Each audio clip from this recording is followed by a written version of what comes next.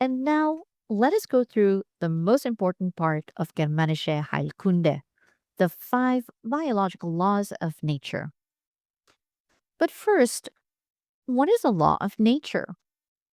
It must be reproducible, consistent, and observable in all situations, day or night, across all individuals and conditions.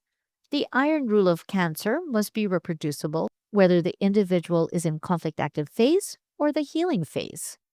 It should allow us to predict outcomes. Based on the conflict stage, one can forecast the healing phase and crisis timing, much like predicting the course of pregnancy and birth. A law of nature doesn't rely on probabilities. For example, if someone has a lung nodule, the cause is a death right conflict, regardless of lifestyle factors like smoking. The cause is always linked to an emotional, or rather, psychobiological conflict shock. A natural law reflects the will of creation, or Mother Nature, and it applies universally without exception. It doesn't need external validation, such as judges or witnesses. Natural laws cannot be replaced or canceled.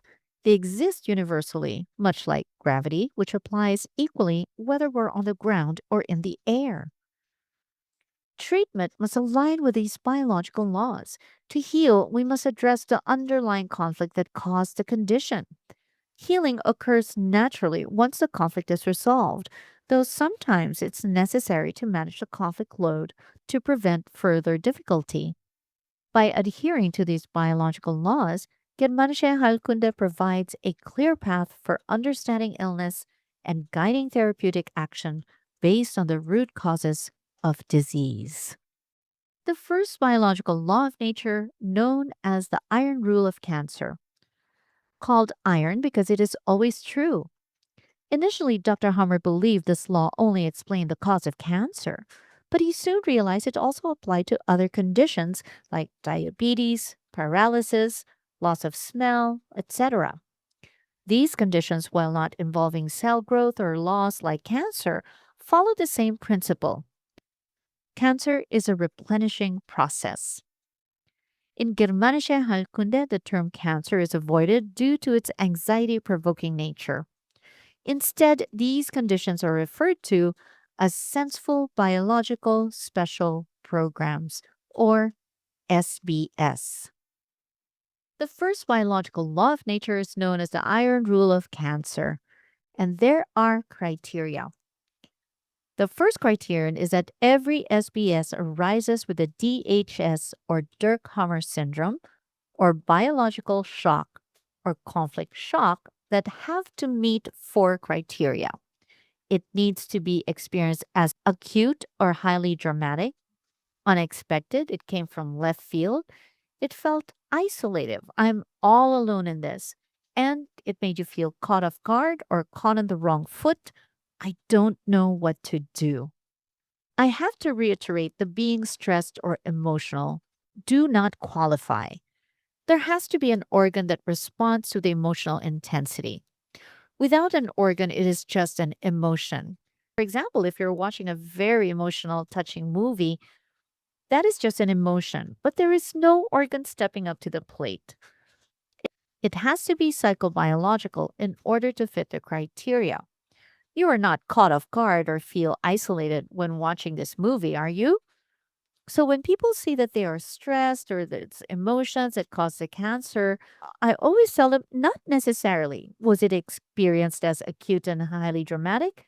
Unexpected? Came from left field? Did you feel isolated or caught off guard? Then likely there was no biological conflict or conflict shock or DHS that triggered a senseful biological special program or cancer or other physical conditions. Let's look at what a tumor is really. So many are afraid of the word, but we encounter tumors every single day and so many throughout our life. Tumor is really cell multiplication or proliferation or cell mitosis. Well, what happens when you stub your toe? When you accidentally hammer your thumb? When a woman gets pregnant over 9 months?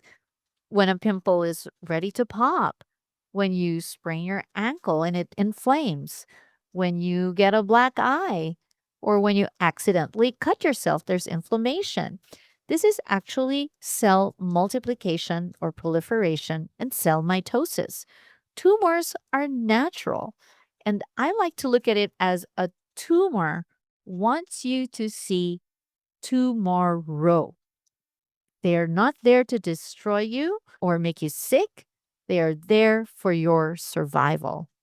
The second criterion for the first biological law of nature, the moment of the DHS or Dirkhammer syndrome or biological conflict, determines the localization in the brain, which is the Hammerscher herd or the Hammer focus, the ring like structure that we see on CT brain scans, and the localization at the organ as a cancer or cancer equivalent.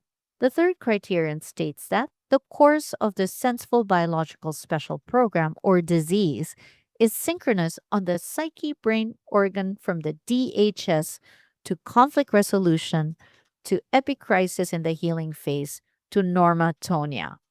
Biological conflicts will reflect at the same time on the psyche brain organ level. For example, the psyche will have compulsive thinking, thoughts that are incessant, focusing on the problem or conflict. The person can't stop thinking of the conflict and can't sleep at night during the conflict active phase. And in the brain, you will see a sharp edged hammer focus that will appear in the corresponding brain section. The organ will change form or will experience an adaptation, cell loss or cell growth or hypo or hyperfunction, depending on the germ layer. In the same token, once you get into conflict resolution, the healing phase kicks in. There will be a synchronous change as well on the psyche brain organ level. For example, the psyche will be more calm and relaxed. The brain will have a blurry edged hammer focus, and it will appear in the corresponding brain section as being a little bit blurry. The organ will also experience healing symptoms. For example, pain, discomfort, bleeding, fatigue, cramping, or hypo or hyperfunction, depending on the germ layer. Again, this is a law that is reproducible and predictable. Now let's go to the second biological law of nature. The second biological law of nature discovered by Dr. Hamer describes the two-phase nature of all senseful biological special programs, provided that the conflict is resolved. With the biological conflict, the cancer begins. With the conflict resolution, the cancer stops. It stops the cell production, it stops the cell loss, it stops the function loss. This principle is easy to understand for everyone and easy to prove scientifically. The second biological law of nature states that after a conflict is resolved, here we see it here. So, this is the conflict active phase, and this is when the conflict is resolved. The second phase or the healing phase kicks in. We call this the recovery or repair phase. Once a conflict is resolved, the nervous system shifts from constant stress to relaxation and calm, allowing the body to heal. Initially, during the conflict, the body is in a high alert state, using all of its resources to address the issue.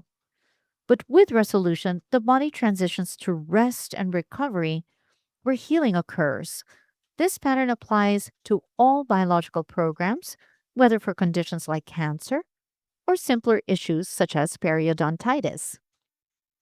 It is interesting to note that there are no sick symptoms felt during the conflict active phase for the most part.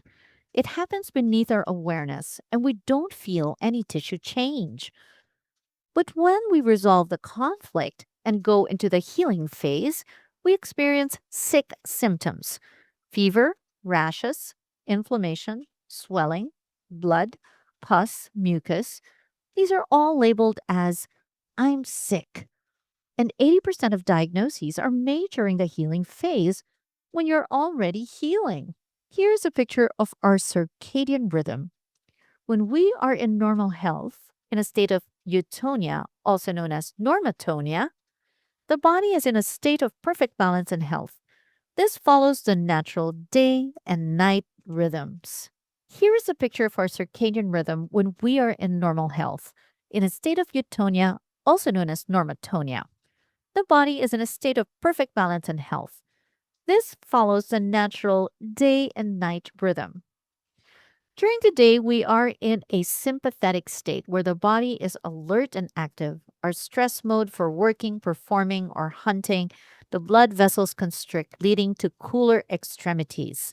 At night, we enter a parasympathetic or vagatonic state where the body rests and repairs.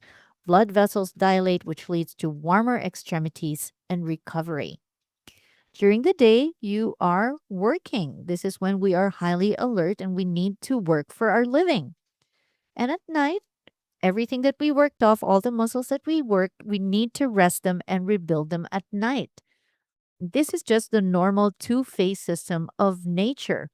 Everything works in a rhythm that looks like this.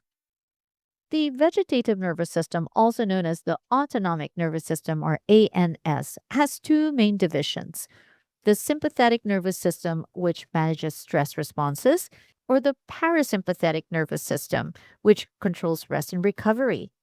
Both systems originate from the spinal cord and regulate all organs. This allows the brain to switch organs between a state of sympathetic or performance and a state of rest or parasympathetic.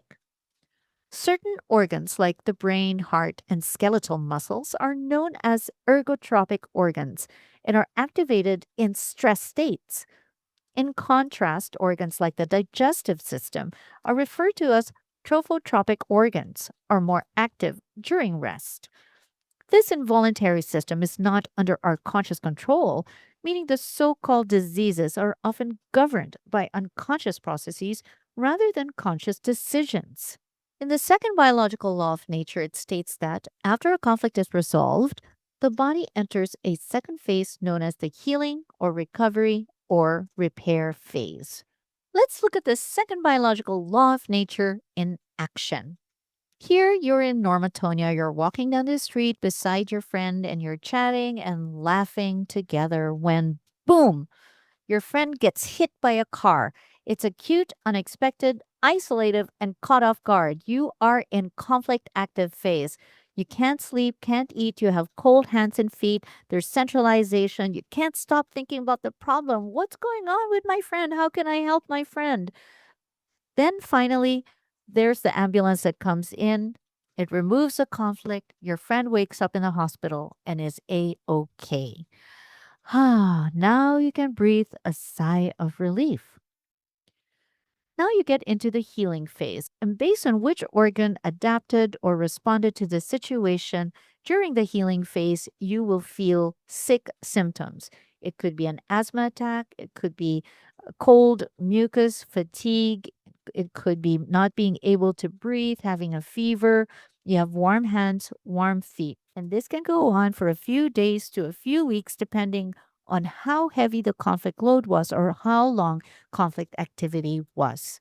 But after a while, after you're done, you're back to normatonia. Here you can clearly see the biphasic system of the senseful biological special program that exists in all of nature and is in line with the circadian rhythm of nature. Let's look at the conflict active phase or the first phase. We call this also the cold phase. This is the DHS, the Dirkhammer syndrome, or the triggering causal event is when your friend gets hit by a car. You enter conflict active phase and your body sympathetic, which means together, means that the whole body is coming together to help you survive. You have faster breathing, faster heartbeat, your senses are all sharpened and acute. It's trying to help you find a solution. You have compulsive thoughts around the conflict. You can't sleep. You have no appetite because all of the energy is into finding a solution. It sharpens everything about you. It helps you perform your best. Then we have a conflictolysis or the removal of the conflict, which is important for the biphasic system. Without a conflict solution or resolution, we cannot enter the second phase. So the second phase always enters only when the conflict is resolved or when the conflict is removed. And here in this example, the friend wakes up and she says she's okay. Ah, okay, conflict gone. Now the body can repair or go back or recover back to its original state because it had to change and adapt to a situation in order for you to survive. And during this healing phase, you are mostly in the parasympathetic nervous system. You have warm hands, warm feet. You might gain some weight. You might sleep 20 hours a day. You have poor performance. You feel weak. You have poor circulation. You have fatigue. But all of these are biologically meaningful. Yes, you have poor circulation. Yes, you have fatigue because the body needs you to rest. You have a large appetite because the body needs a lot of energy to repair the protein, to repair. It needs the fat for hormonal signaling. It needs carbohydrates for the energy, fast sugar, fast energy. You will no longer have the compulsive thoughts. You will have more of relaxation and relief. And you could call yourself weak during this time because you need to be weak in order to repair fully. 80% of all diagnoses usually happens in this phase, the healing phase. Conventional medicine calls us sick, but we say that the body is working to restore us back to normal, back to homeostasis or normal balance. And to do that, it needs to repair the tissue that underwent change and adaptation in the conflict active phase. And here you have the six symptoms, usually rashes, coughing, delayed onset muscle soreness, fever, headache, mucus, dizziness, coughing up blood, blood in stool or urine, bleeding. These are all in the healing phase and they're all biologically meaningful. Remember, the healing phase only comes in PCL or post conflictulysis, meaning that there has to be a removal of the conflict, post conflictulysis. And the healing phase also has two phases. PCLA, the height of healing or epicrisis, is the center, and PCLB, where there is tweaking and cleaning up and scarring that happens before normatonia. Post-conflictulysis A, exudation and edema. Epicrisis is when the edema is released. This is where frequent urination happens and sometimes fever. This is the height of healing. This is where you feel the most pain, the highest fever, and the most fatigue, but it's temporary. And after the epicrisis, we have the PCLB, scarring. There's still fatigue, but it becomes less and less and less. And of course, normatonia comes right after this. So these are phases that are very predictable and reproducible. To counter this vagatonic state, Mother Nature triggers a crisis, epicrisis. Depending on the germ layer involved, these crises are brain driven and cause vessel constriction, cold extremities, cold sweats, leaving the patient feeling cold.